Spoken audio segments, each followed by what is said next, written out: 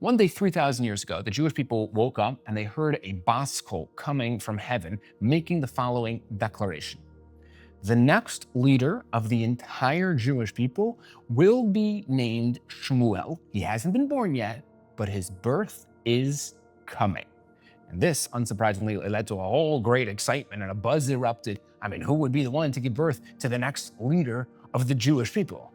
So, with dreams of being the parents of the future leader of Klal Yisrael, as you can expect, people began naming their sons Shmuel in the hope that their son would become the one.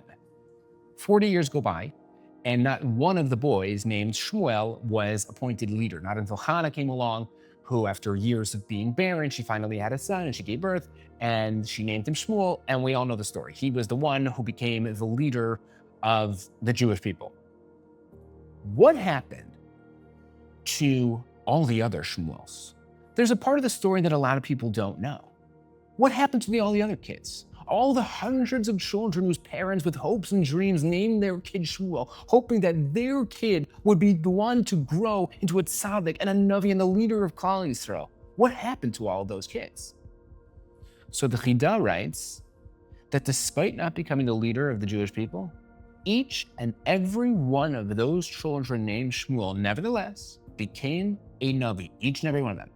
Because each and every one of them grew up with a vivid dream, a dream that they might lead the Jewish people, a dream that they could be the most important man in the spiritual universe, a dream that they could reach the loftiest spiritual heights. And that dream was so vivid to them, it was so deeply permeated in their soul that the dream carried them on its wings and allowed them to soar to the level of nevuah, a level of spirituality attained only by the most elite members of our nation.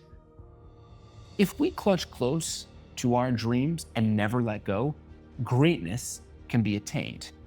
But if we let ourselves do what most people do because that's what most people do, our dreams of greatness will slowly drift away. The difference between a Major League Baseball player who is making $23 million a year and has his name plastered on every newspaper in America and a minor league baseball player who makes $76,000 a year and who's someone you've never heard of is that the major leaguer has a batting average of around 280 or 250, while the minor leaguer has a batting average of around 230, meaning that when the major leaguer steps up to the plate, he hits the ball 2.8 times out of 10.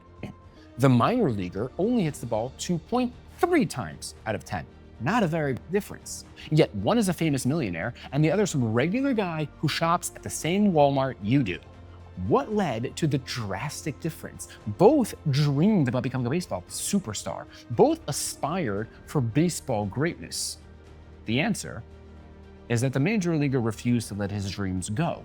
He woke up a little earlier, he stayed in the gym a little later, he ate a little healthier, he focused a little more, he was in the batting cages when the rest of his friends were eating ice cream. He studied films of his swing while his friends called him a fanatic. He read books, he listened to tapes, he left no stone unturned in his quest for baseball knowledge and greatness. And despite being called crazy by his peers, he refused to let the temptation to just be regular hold him back from achieving greatness. And sure enough, greatness he achieved.